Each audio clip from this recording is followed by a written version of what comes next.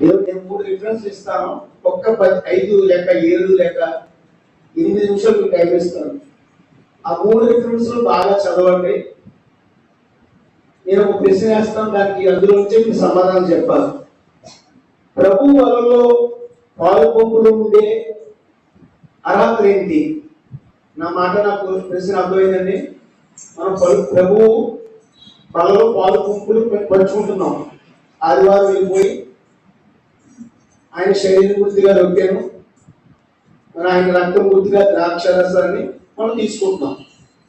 మరి దానికి ఉండవలసిన అర్హతలు ఏంటి అనేది డిబేట్ ఈ రాత్రి. అంటే మనం తీసుకుంటున్నాం బాప్టిజం తీసుకుని, అయితే దానికి ఏమి ఉండాలి? పునాది కావాలి, అర్హత కావాలి. ఆ అర్హత ఏంటో 4 సువార్తలు రాయబడింది.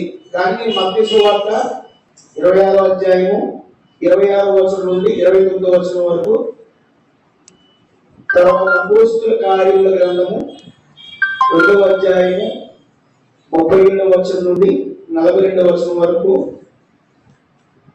పత్రికల నుండి 1 కొరింథీయులకు రాసిన పత్రిక 11వ అధ్యాయము 17 నుంచి 34.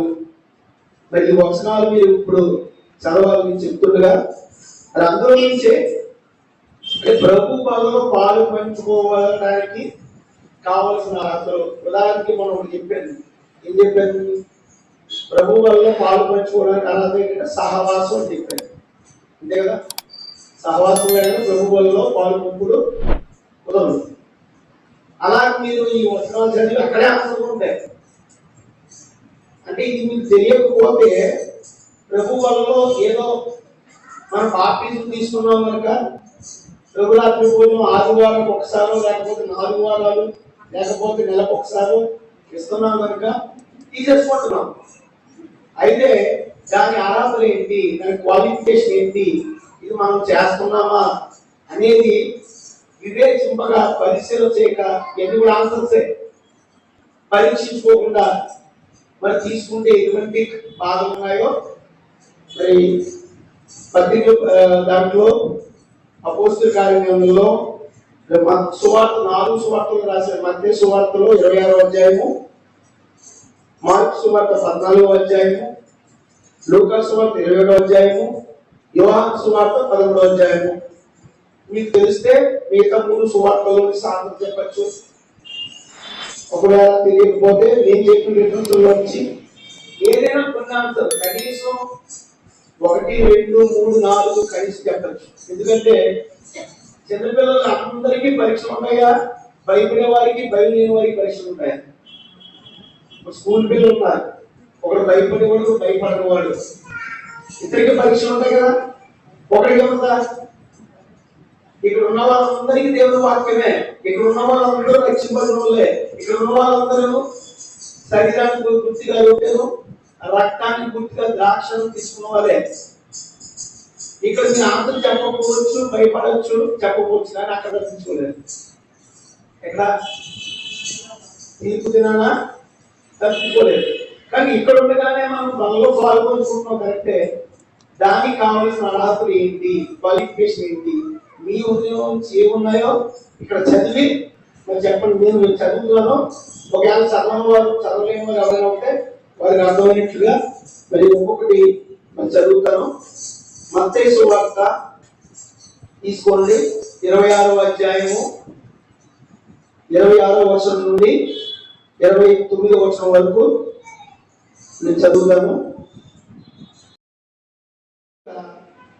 యేసు రొట్టె పట్టుకుని దాన్ని ఆశీర్వదించి విరిచి తన శిష్యులకు ఇచ్చి, మీరు తీసుకుని తినుడి, ఇది నా శరీరము అని చెప్పారు.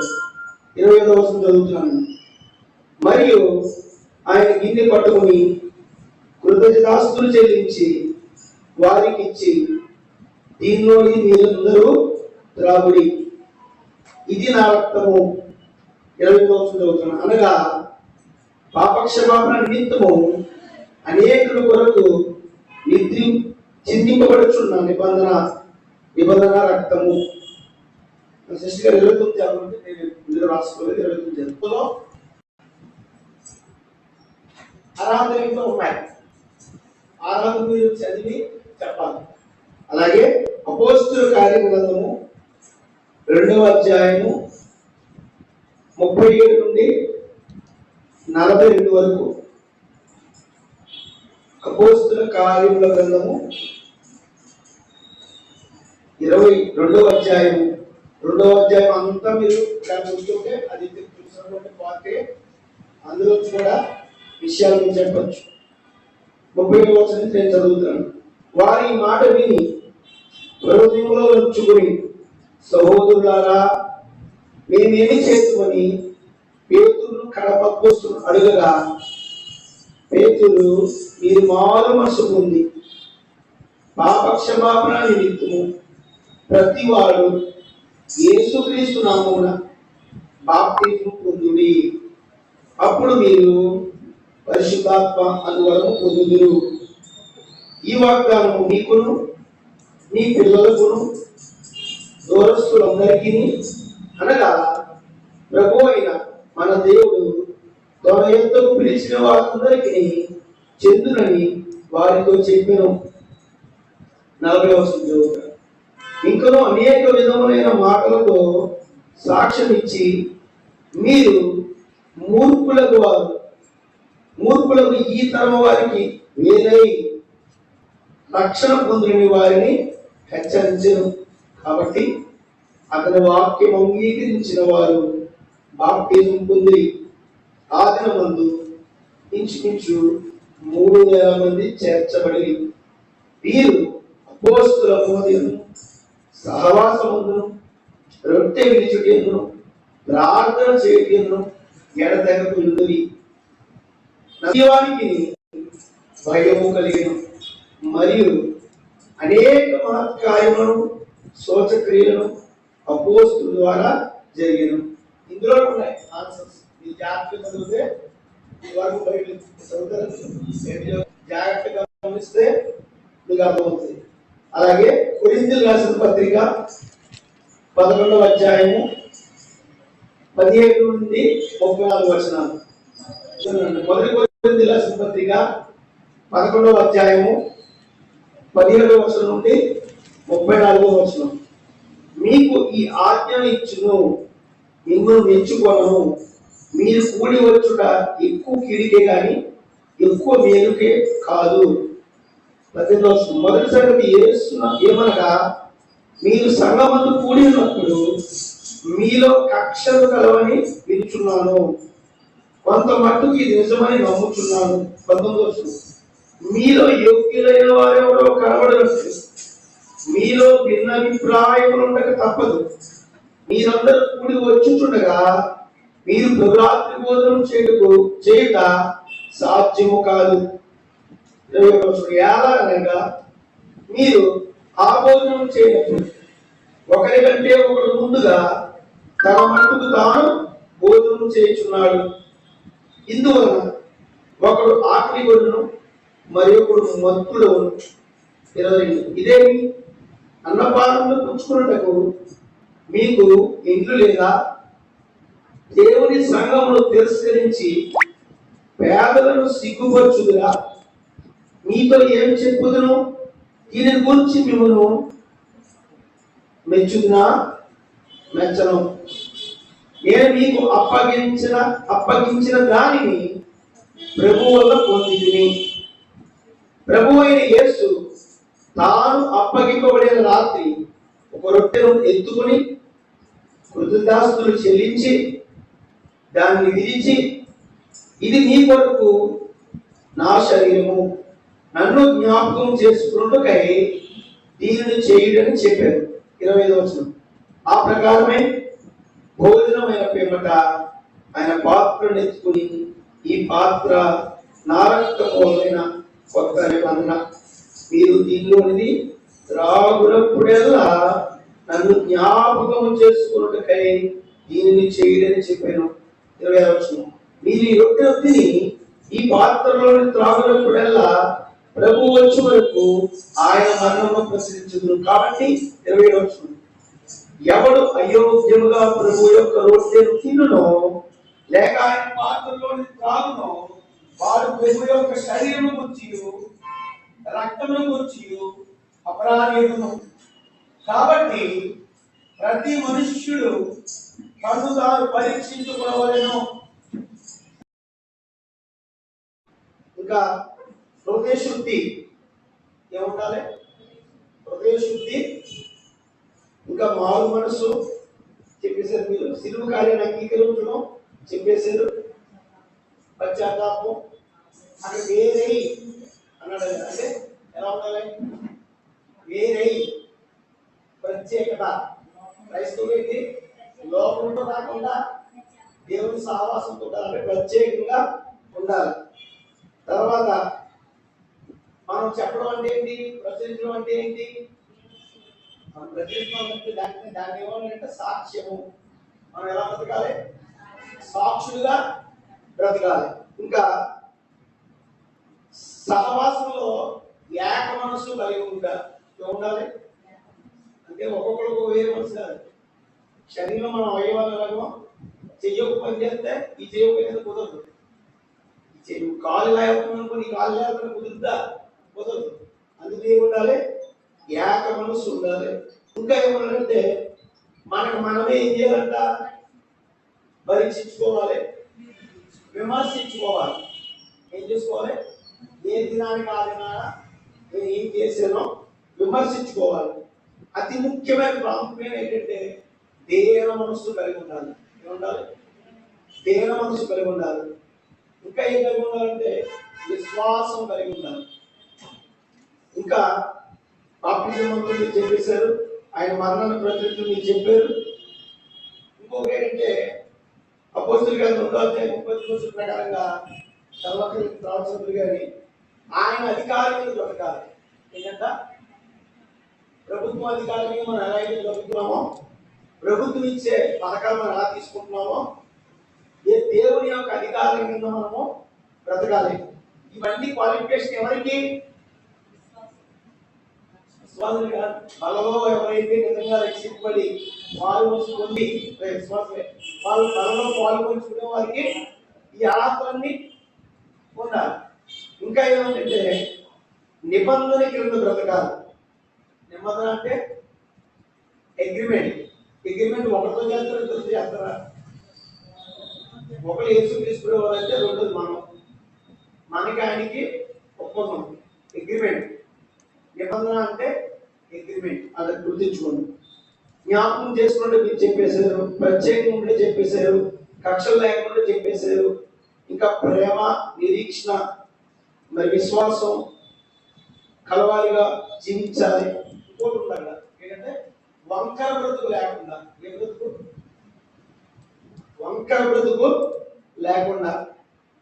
ఇంకా 1 కొరింథీ పత్రికలోనే వివేకం కలిగి ఉండాలి. అవివేకంగా మనం తీసుకోకూడదు. అక్కడ ఏమన్నాడు? వివేకం కలిగి తీసుకోవాలి. ఆ లోకంతో సంబంధం ఉంటుంది.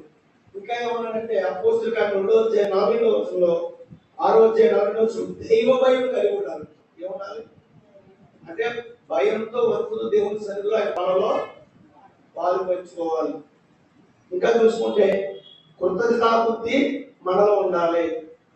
కృతజ్ఞత వేరు, కృతజ్ఞత బుద్ధి వేరు. అంటే కృతజ్ఞత మాటల్లో చెప్తాం, కానీ క్రియారూపంగా చేయాలి. దాన్నే కృతజ్ఞతా బుద్ధి అంటారు. కృతజ్ఞత చెల్లిస్తాం మాటలతో, కానీ క్రియారూపంగా చేస్తే అది కృతజ్ఞతా బుద్ధి అవుతుంది. తర్వాత మనస్సాక్షి కల్మషం లేకుండా. అక్కడే ఉన్న మాటలు అందులో జాగ్రత్త రాసుకున్నాయి. మనస్సాక్షి కల్మషం లేకుండా. ఇంకా సువార్తను ప్రకటించాలి అంటే ప్రచురణ చేయాలి. చెప్పి రక్షణ మీరు చెప్పారు, రక్షణ సువార్త ఇవ్వాలి, ప్రకటించాలి. మరి ఇంకా ఏముందంటే అందుతున్న లేఖనాలు పరిశోధించాలి. ఏం చేయాలి? పరిశోధించాలి లేఖనాలు. ఇవన్నీ చెప్తున్నాం, మనం చేస్తున్నామా లేదా అనేది పరిశీలన చేసుకోవాలి, పరీక్షించుకోవాలి. నిర్జీవ క్రియలు విడిచిపెట్టాలి. ఇవన్నీ విషయాలు మీకు తెలిసింది కదండి.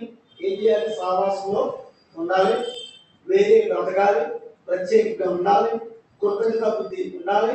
మరి ఇవన్నీ మనం ఒకరికొకరికి డిబేట్లు చెప్తున్నాం. మీరే ఉదయం నుంచి రావాలి, సరే లేదా నేనే చెప్పడం జరిగింది. సరే ఇవన్నీ బాగానే ఉన్నాయి. అక్కడ ఏమన్నాడు? ఎలా తీసుకోమన్నాడు? పరీక్షించి తీసుకోమన్నాడు. ఎలా తీసుకోమన్నాడు అన్నాడా లేదా? నేనంటానా? వాక్యం ఉందా? బలలో పాలు పంచుకునేవారు ఎన్ని మనం చదువుకున్నాం, ఎన్ని మీరు చెప్పితే కొన్ని నేను చెప్పాను, మనం అందరం తెలుసుకున్నాం. ఇప్పుడు ఏమంటున్నాడు అక్కడ? పరీక్షించి. ఏం పరీక్షించుకోవాలి ఒకసారి చెప్తారా?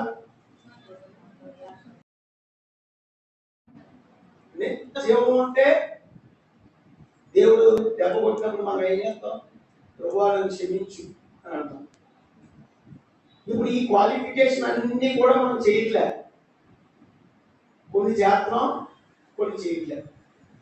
ఎలాగో అయితే ఒకటే ఒక్కటి ఉంది. తీర మనస్సు అనే వస్త్రం కలిగి ప్రభువాలను క్షమించని హృదయపూర్వకంగా ఎవరైతే ఇది చేయకపోతున్నా నీ నిరంతరం నేను చేయలేదు ప్రభా, కానీ అయోగ్యంగా పాలు పంపులు పొందుతున్నాను అని తీర మనసు, నిజమైన తీర మనసు ఆయన చూసేది. మనం ఒప్పేసుకోవడం కాదు, ఒప్పేసుకుంటాం సాధారణంగా, కానీ ఆయనకి ఏం చూస్తాడు? దేవుని దగ్గర ఉదయాన్ని చూస్తాడు. నీ హృదయంలో నిజంగా పశ్చాత్తాపంతో దేవుని సన్నిధిలో ఈ నెలలో నేను ఏమీ చేయలేదు. ఎన్ని క్వాలిఫికేషన్ మనం అర్థం చేసుకుంటే, సహవాసం సరిగ్గా రాలేకపోతున్నాను, పేదల కాడిని రాలేకపోతున్నాను, ఇవన్నీ ఏంటి లెక్కలోకి వస్తాయి. ఇవన్నీ తీర్పు దినాలు ఎన్నో వస్తాయి. నా దగ్గర మనం దగ్గర తప్పించుకోవచ్చు, కానీ అక్కడ ఎవరు తప్పించుకోలేము, నాతో సహా ఇవన్నీ వస్తాయి. అవన్నీ నేను చేయలేకపోతున్నాను ప్రభువా, నేను పశ్చాత్తాపంతో దీన మనసు కలిగి మరి ఎవరైతే విరిగిన హృదయంతో ఆ ప్రభు బలలో పాపాలు ఒప్పుకుని విడిచిపెట్టి మనము ఇవన్నీ చేయలేకపోతున్నాం ప్రభు సన్నిధిలో, మరి ముందర రోజు రాత్రిలో మీ ఇష్టం అది ఒప్పుకుని 1 గంటలో 2 గంటలో 3 గంటలో ఎంతవరకు దేవుడు నడిపిస్తాడో అందుకే మనం సిద్ధపాటు ప్రార్థన పెడతాం. సిద్ధపాటు ప్రార్థన అంటే ఎవరు రావట్లేదు, కానీ రొట్టె పనులు మనం వచ్చేస్తాం. ఇవన్నీ మనం తెలుసుకుంటే రొట్టె పనుల మేము ఇవ్వలేము, మీరు తీసుకులేదు కనుక ప్రతి సంఘంలో చూడండి రొట్టె పనులు ఇచ్చినప్పుడు జనాలు ఏమైపోతారు? ఇండిపోతారు. కానీ ఎన్ని బైబిల్లో ఇన్ని మర్మాలు మనకి ఏం చేశాడు? ఆయన పెట్టాడు. అసలు వివేచించి పరీక్షించుకోకుండా సహవాసం ఉన్నామా లేదా, ఎన్ని విషయాలు, చాలా విషయాలు మీరు చెప్పారు.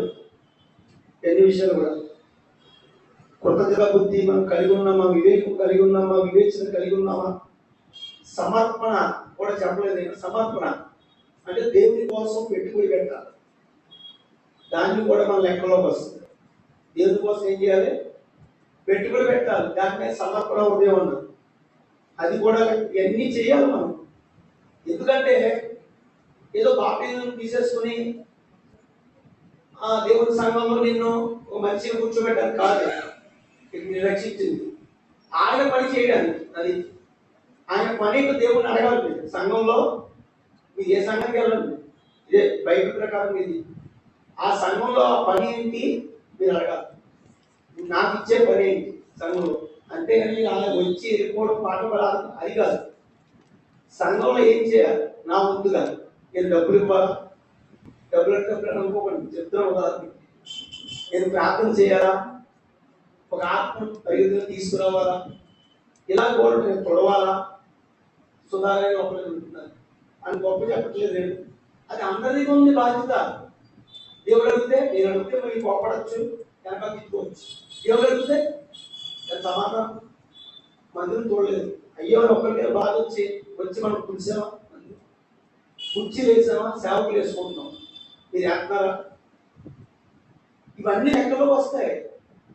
నేను ప్రేమతో మీకు చెప్తున్నాను, కావాలని ఏం చేస్తున్నాను కాదు, నేను చేస్తున్నా నాకు ఆశపోదాం అంతే. నేను అడిగితే మీరు బాధపడచ్చు, కనుక లేదనుకోవచ్చు. కానీ దేవుడు అడిగితే ఏం చేస్తారు? ఈ విషయాలు, ఈ డ్యూటీస్ మనకు అప్పగించిన బాధ్యతల సంఘంలో ఇవన్నీ చేయకుండా మనం ఏం చేస్తున్నాం? రొట్టెలో చొక్క ముక్క సింపుల్గా తీసుకుంటున్నాం. టైంకి రాము, సమయానికి ఎప్పుడు వస్తాం? మందిరం పక్కనే పైన ఇల్లు దగ్గర ఎప్పుడు వస్తాం? ఇవన్నీ నేను ఏదో బాధతో కోపంతో చెప్పట్లేదు, వాక్యంలో ఉన్నాయి. దేవుడు అడిగితే మన సమాధానం ఏంటి? సమయానికి రావు, ఒక పాట పాడము, ఒక ప్రార్థన చేయము, ఒక ఆరాధనలో పాల్గొనము, ఒక నోరు ఎత్తాం, మన స్వరం ఎత్తాం, వేరే దానికి స్వరం ఎత్తాం, దేవుని సన్నిధిలో స్వరం ఎత్తి పాడడం, స్వరం ఎత్తి అందరూ కలిసి పాడితే మైక్ అసలు మైక్ మూడుగా అనుకున్నాయి. ఇప్పుడు పండుగ ప్రసంగాలు తెలియదు. దానికి కూడా మన మీద ప్రసంగం ఎలా చేసేదో కూడా హిస్టరీ చెప్పారు ఆయన ఎప్పటికీ గారు. దానికి ఎంత ప్రసంగం చేసేది అది కొద్దిగా చేసి వదిలేసాను. కొద్దిగా హిస్టరీ ఏ విధంగా ప్రసంగం చేశారు కొండ మీద, ఏ ఆయుధం ఏ పరికరంతో ఆయన చేశాడు అనేది ప్రసంగం కూడా ఉంది యూట్యూబ్లో. ఇప్పుడు ఒక సంవత్సరం క్రితం విన్నాను, మర్చిపోయాను. కనుక మరి ఇవన్నీ మనం చేయకుండా కష్టం. ఎందుకంటే దేవుడు ఖచ్చితంగా దెబ్బలు, ఎందుకంటే మేము ప్రేమిస్తున్నాం కనుక దెబ్బలు నాకు వదనాలేంటి మనం అనుకోవడం ఎందుకు, ఆయనతో మళ్ళీ సహవాసం సంబంధం, అందుకే మాట్లాడు అన్యోన్య సహవాసం గలవారమై. ఎప్పుడైతే మనం తీర మనసు కలిగి దేవుని సన్నిధిలో ప్రభు నేను ఘోరమైన పాపని పనులని చేయలేకపోతున్నానని మనం విమర్శించుకుని ప్రభు దగ్గర పాదాలు పట్టుకుంటే యేసయ్య రక్తం ఏం చేస్తుంది, యేసయ్య రక్తం ఏం చేస్తుంది, ఆ ప్రభులో ఆశ్చర్యప్పుడు ఉంటుంది. ఆ రక్తం ఇప్పుడు కూడా ప్రవహిస్తూనే ఉంటుంది. ఆ రక్తం ఏం చేస్తుందంటే ఇది హృదయంలో నిజంగా దీన మనసు కలిగి ఉంటే ఇవేమి చేయలేకపోతున్నాం ప్రభు అని దీన మనసు కలిగి ప్రార్థన చేస్తే ఆ రక్తం ఏం చేస్తుంటే ఇది పడుతుంది, నన్ను కడిగేస్తుంది. అప్పుడు మళ్ళీ నూతన వ్యక్తిగా మార్చబడదు. అప్పుడు మరలా ఏం చేయాలి, మరలా తప్పులు చేస్తాం కాదు, నూతన వ్యక్తిగా మార్చబడిన తర్వాత మరలా ఈ విషయాల్లో ప్రభు కొన్ని విషయాలు చేయడానికి కూడా నన్ను అలాంటి ప్రభు అని మనం కొన్ని విషయాలు చేయగలిగి ఇందులో చేయాలి. అన్ని మనం చేయలేం కనుక దీన మనసుతో ఏం చేయాలి, మనం మన పాపాలు ఒప్పుకుని బలంలో పాల్గొనే ముందు ప్రార్థన చేసుకుని నిజమైన హృదయంలో ఆ యొక్క వేదన బాధతో మన ప్రభు సన్నిధిలో కుమరిస్తే ఆ పరిశుద్ధమైన రక్తం ఏం చేస్తుంది, మనల్ని పవిత్రులుగా చేస్తుంది. అది దీంట్లో ఉద్దేశం. ఇవన్నీ మనం చేయలేము, కానీ కొన్ని కొన్ని తలాంతులు దేవుడు ఇస్తాడు. సంఘంలో పని చేయడానికే ఒక్కొక్క పాత్రలుగా మనం ఎన్నుకు తీసుకొచ్చాడు. అంతేగాని కూర్చుని వెళ్ళిపోవడానికి కాదు. దయచేసి మీరు ఏ సంఘంలోకి వెళ్తూ ఉంటాయి ఇదే సహవాసంలో క్రమం తప్పకుండా మనం వస్తున్నామా లేదా, మనం లోకానికి ప్రత్యేకంగా ఉంటున్నామా లేదా, వివేచించి బలలో పాలు పంచుకుంటున్నామా లేదా, కృతజ్ఞతా బుద్ధి కలిగి ఉంటున్నామా లేదా, ఇవన్నీ విషయాలు మనం నెరవేరుస్తున్నామా లేదా, నెరవేరుతున్నామా చెప్పండి. నేను చెప్తాను నెరవేరుతుంది, ఒప్పేసుకుంటున్నాను. మీరు నెరవేరుస్తున్నారు అన్ని. మరి నెరవేర్చుకుంటే బలం ఎలా పాల్పంచుకుంటున్నాం, మరి పరీక్ష అదే ఉంటాడు. పరీక్ష పాస్టర్ గారు ఇస్తున్నారు కాబట్టి ఆదివారం వచ్చి ఏం చేస్తున్నాం, మరి అక్కడ ఏమన్నాడు, పరీక్షించుకోవాలి, వివేచించుకోవాలి, లేకపోతే ఏం తగులుతుందా. అక్కడ ఏ శిక్ష రాశాడు, ఏ రాశాడు, కొన్ని పత్రికలో రోగులు అవుతాం, బలహీనం అయిపోతాం. ఏమన్నాడు, భయంకరమైన బాధకరమైన మాట ఏంటంట అంటే దాన్ని ఏంటంటే అయోగ్యంగా తీసుకోవడం, దాన్ని ఏంటి అయోగ్యంగా తీసుకోవడం. మరి ఎలాగ ఇన్ని విషయాల్లో మనం తప్పిపోతున్నాం కదా. తప్పిపోతున్నప్పుడు మరి ఎలా పరిస్థితి, అక్కడ 1 కొరింథీయులకు రాసిన పత్రిక 11వ అధ్యాయము 23వ వచనంలో ఎవరి ద్వారా వచ్చిందంటే ఇది అంటే ఏంటి, మానవుడు ఇచ్చింది కాదు, ఇది ఎవరిచ్చారు, సాక్షాత్తు దేవుడే ఇచ్చాడు. 11వ అధ్యాయం 23 నుంచి 32 వచనం చదివితే ప్రభువు అన్న మాట 7 సార్లు రాయబడింది. అక్కడ మీరు తర్వాత కలిపి తీసుకున్నాను ఎన్నిసార్లు రాయబడింది.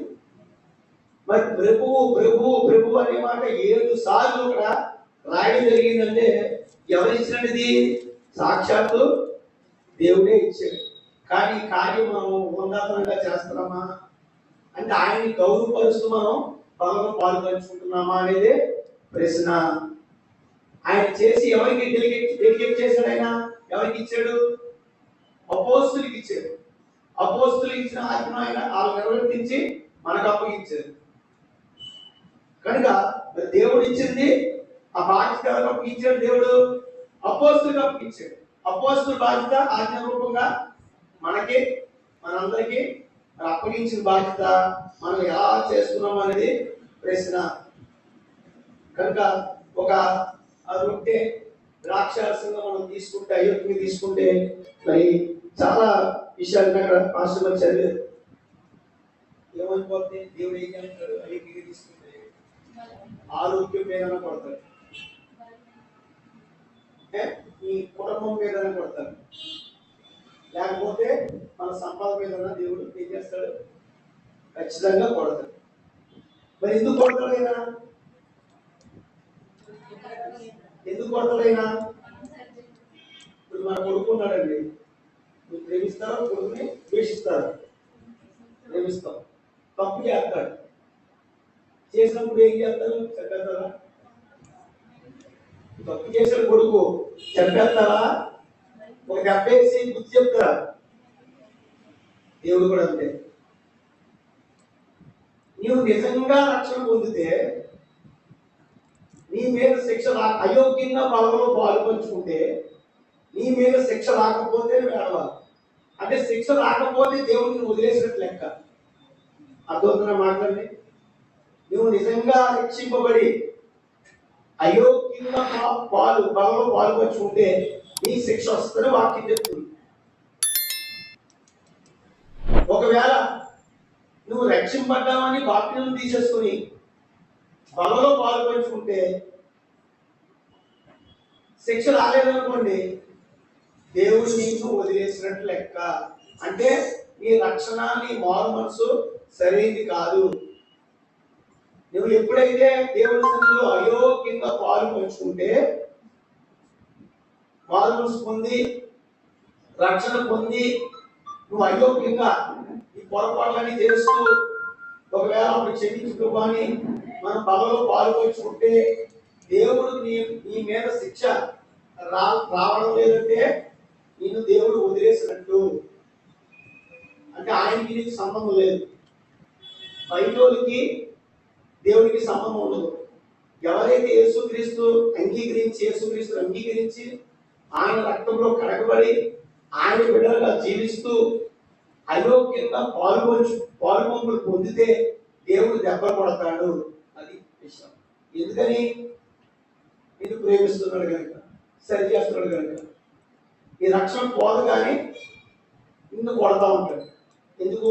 ఆయన దగ్గరగా తీసుకురావడానికి. ఆయన ఆయన ఆయన మరలా నువ్వు ఆయన వైపు తిరగబడ్డాడు. అంతేగాని రక్షణ పోదు. ఒకవేళ నీవు నిజంగా పాపం చేసుకుంటూ పోతున్నావు అనుకోండి, దేవుడు నేను వదిలిపెట్టేస్తాడు. నువ్వు అదే పాపంలో కొనసాగుతూ వెళ్ళిపోతున్నావు అనుకోండి, దేవుడు ఏం చేస్తాడు? నీకు వదిలిపెట్టేస్తాడు. ఎందుకంటే అయోగ్యంగా నువ్వు పాలు పొందితే నీ మీదకి ఏమొస్తుందంటే దెబ్బలు వస్తాయి. బయట మీద సంబంధం లేదు దేవునికి. నువ్వు రక్షింపడ్డావు కాబట్టి నీతోనే నాతోనే సంబంధం అని స్పష్టంగా దేవుని వాక్యం మనకి. అది ఆరోగ్యమా, మరి ఆర్థికమా, కుటుంబమా, దేని మీద కొట్టచ్చు. అయితే దేవుడు ఇలా చేశాడన్నాడు మనం సరిపోయింది. సార్వభౌమ అధికారి కలిగి నేను ఎవరైనా, ఎందుకంటే నేను ప్రేమించే ఆయన వద్దకి నేను తిప్పబడ్డానికి, నీ మనస్సు ఆయన తిప్పబడ్డానికే దెబ్బలు కొడతా ఉంటాను. ప్రేమిస్తున్నట్టు బయట వాళ్ళతో సంబంధం లేదు. దేవుని వాక్యం మనకు చెప్తుంది. సంఘం ఇక్కడికి వెళ్తే ఇక్కడ పని చేయాలి, గుర్తుకుని పని చేయాలి. వాక్యం ఎక్కడ మారిపోదు, దేవుడు ఎక్కడ మారడు, మనమే మారుతాం. వాక్యం ఏమి మార్పు ఉండదు వాక్యంలో. ఇక్కడికి వెళ్ళిన అదే వాక్యం, అక్కడికి వెళ్ళిన అదే వాక్యం. మనం తీసుకునే విధానం బట్టి ఉంది. అది మంచిగా తీసుకుంటే మంచి అవుతుంది, చెడుగా తీసుకుంటే ఇవే నష్టపోతుంది, నేనే నష్టపోతుంది.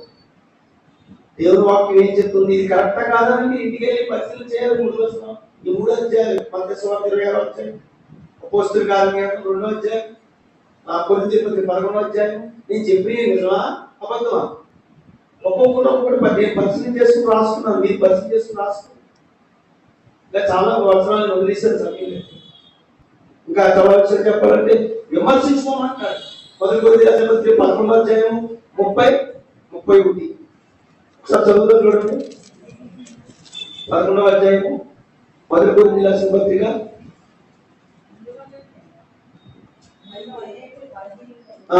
11. ఇందువల్లనే మీలో అనేకులు బలహీనను రోగులై ఉన్నారు, చాలా మంది నిద్రించుతున్నారు.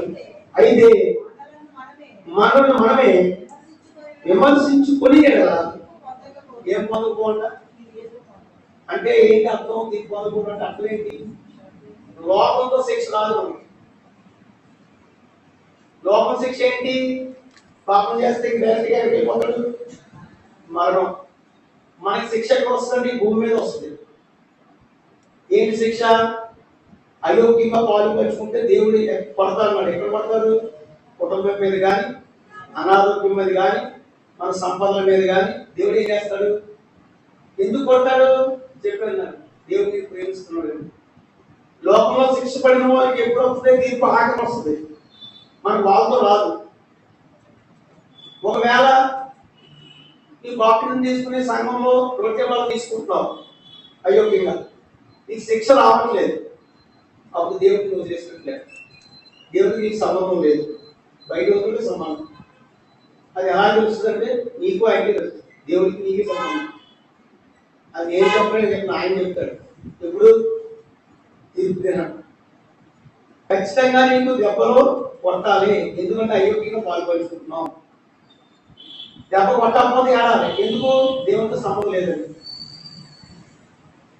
ఏదో రెండు కొడతాడు, ఆయన ఇష్టం.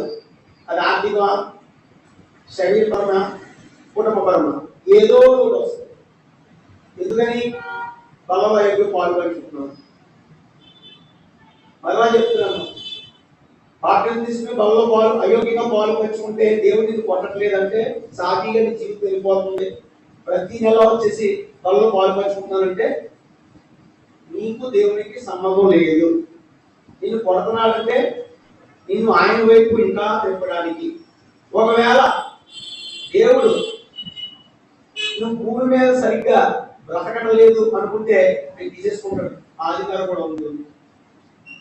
ఎందుకంటే ఛాన్సులు ఇస్తాడు. హార్మోన్స్ పొంది కొన్ని సంవత్సరాలు బాగా ఉంది, మళ్ళా పొరపాటు చేస్తాం అనుకోండి, ఆయన మీద తిరుగుతూ ఉంటాడు.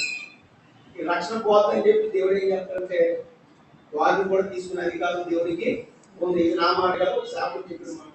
ఇది నా మాట కాదు, సేవకుడు ఎబ్రోన్ ఫెలోషిప్ వాళ్ళు మరి చెప్పినటువంటి మాట. అంటే దేవుడు భూమి మీద నీకు సరిగ్గా బ్రతకడం రావట్లేదని ఆయన ఏం చేస్తాడు? ఆ వ్యక్తిని, అంటే దేవుడికి కావాల్సిన వాడు ఎవరైనా ఉంటే ఆ వ్యక్తిని త్వరగా బాగున్నా సరే త్వరగా ఏం చేయాలైనా అది ఆయన ఇష్టం. కనుక మనం దీనికి ఒకటే సూత్రం, ఏమీ లేదు. దేవ మనసు కలిగి విరిగిలేని హృదయంతో ఎప్పుడైతే దేవుడి సన్నిధిలో మనం పశ్చాత్తాపడి, నువ్వా నేను ఇది చేయలేకపోతున్నాను, ఇది చేయలేకపోతున్నాను, ఇది చేయలేకపోతున్నాను, నా పాపం క్షమించిన ఈ బలవాయుగా పాలు పంచుకుంటున్నావు అని ఎప్పుడైతే మనం విరిగిలేని హృదయంతో ప్రార్థన చేసినప్పుడు ఆయన రక్తం మనల్ని కడిగి పవిత్రపరుస్తుంది, మరలా నూతనంగా మరి మార్చబడతాం. కనుక